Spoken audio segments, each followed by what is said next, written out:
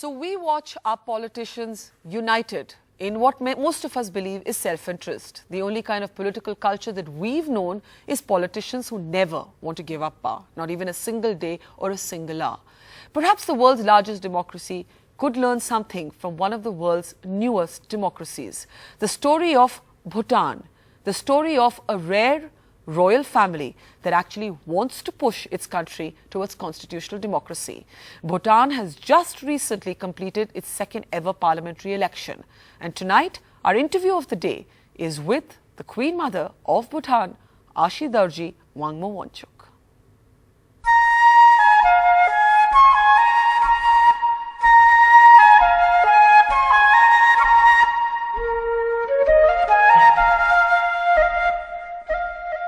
It is a truth universally acknowledged that those who obtain political power never give it up. But that's what makes Bhutan's royal family so unique. This is a story of a royal family that decided to abdicate power and push its country towards the beginnings of democracy. Now, as Bhutan has completed its second parliamentary election, we're going to be speaking to somebody who, as Queen of this country, has trekked on foot the length and breadth of this Himalayan kingdom. Now think of how many politicians, elected or otherwise, you can think of in India who would do that.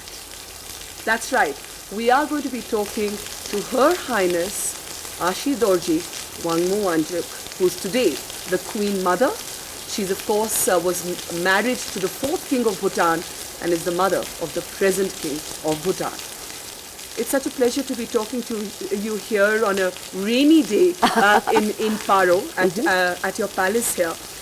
I want you to talk a little bit about what I mentioned, how unique it is for people like me to actually see a country where there's a family that wants to give up power, not hold on to it, but give it up, share it. Now this is a process that was started, of course, by your husband, the fourth King of Bhutan. He's the one who initiated the roots of democracy. When he decided to do that, he must have discussed it with you, he discussed it with the people of this country. What made him decide to do this? His Majesty the fourth King, my husband, and husband to my three younger sisters. Yes. He was very keen to start democracy in Bhutan, and this thought process, this idea for him started many years ago. Soon as he became king, he felt that democracy, however flawed, is the best form of governance. So he started decentralizing power from the center to the districts and further to the villages. Right back in 1981. And then in 1998 he gave up absolute power to an elected council of ministers. When he discussed this with you and your three sisters, his four wives, what was your first thought? Well, my response was, I knew it was coming because he had prepared for this for a long time. So it was a very natural thing. It's of total acceptance. And so His Majesty prepared the people by going to the people to explain the Constitution to the people, what it meant. And he said that it was time for them to take on, let's say, governance for themselves. Now usually it's the other way around. When you look at the world today, you look at what's happening in the Middle East, for example, you have people marching on the streets demanding democracy. They're fighting for it. Here, even today, after the second election, my driver who brought me here to meet you said, we want to give power back to the monarchy. We want to give power back to the royal family. We preferred it that way. So here it's the other way around. You actually had to convince people that democracy is good for you. Yes. So how difficult was that? It was very difficult in the beginning.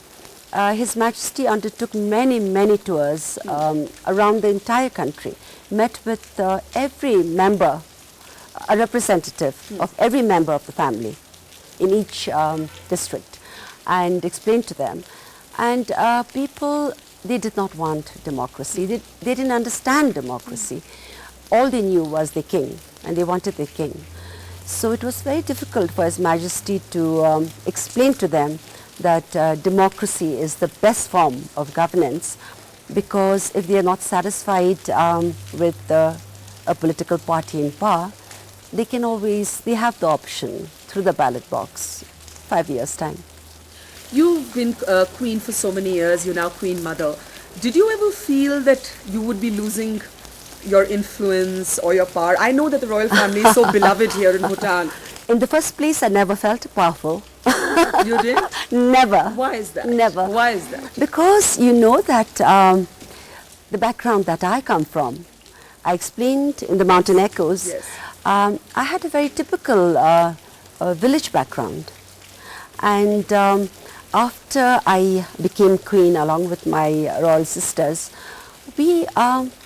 our thought process, how we think, how we we feel like every other Bhutanese. You trekked across the breadth of this Himalayan kingdom. You walked sometimes for days. You spent nights in villages.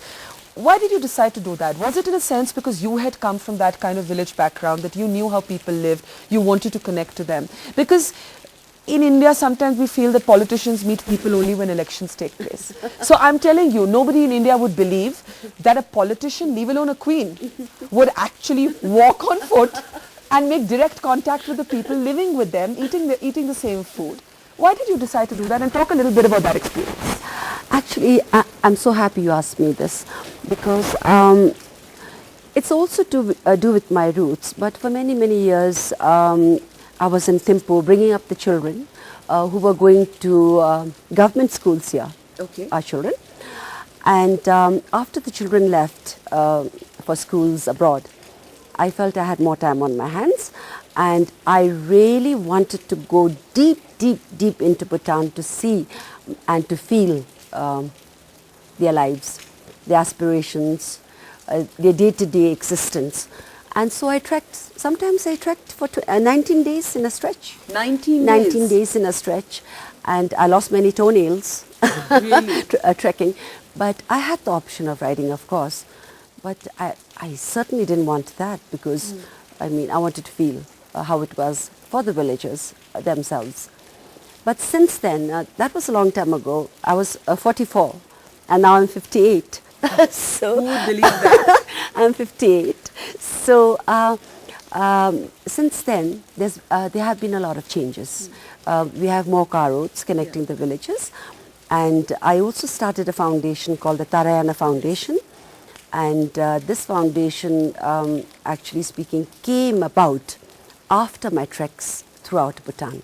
Talk a little bit about the change that is unfolding in Bhutan today. You speak about there being many more tarred roads today. I met somebody while here who said that that his children can't believe that till the 60s in his area there was no road. And younger people find it difficult to believe that Bhutan once did not have television, did not have the internet, Absolutely. did not have the mobile phone. Absolutely.